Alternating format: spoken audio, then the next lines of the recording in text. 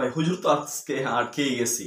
হুজুরকে ভিডিওটা দেখলে বুঝতে পারবেন যে হুজুর কিভাবে আটকে গেছে। মেবি হুজুরটা একজন ইউটিউবার বা একজন কন্টেন্ট ক্রিয়েটর এরকম কিছু করতে পারে। তো হুজুর বিভিন্ন জনকে বিভিন্ন প্রশ্ন করতে করতে অভ্যস্ত। দেন এমনি ভাবে আজকে গেল একটা হোটেলে। হোটেলে গিয়ে একটা ছেলের সাথে একটা মেয়েকে পেলো। দেন কি হলো, ছেলেটা পালাই গেল বা একসাথে রয়েছে। দেন একবার যেয়ে প্রশ্ন করতে করতে মেয়েটাকে যখন প্রশ্ন করলো যে তুমি এখানে কি করো বা কার সাথে আসো, তিনি উত্তর দিলেন যে আমি অমুকের সাথে আসি। তো প্রশ্ন করার শেষ প্রান্তে হুজুর একসময় বলতে লাগলো যে আপনি যদি আমার সাথে আসেন তখন কি হবে। তখন মেয়েটা বলতে লাগলো যে আলহামদুলিল্লাহ, অর্থাৎ মেয়েটা যদি হুজুরকে পায় ইচ্ছে মতো মজা নেবে। আচ্ছা ভাই, আপনি হুজুর হয়ে এরকম একটা প্রশ্ন কেমনে করতে পারেন? আপনি একজন আলেম মানুষ, দেখেই তো আপনাকে ভালো মানুষের পরিচয় মনে হয়।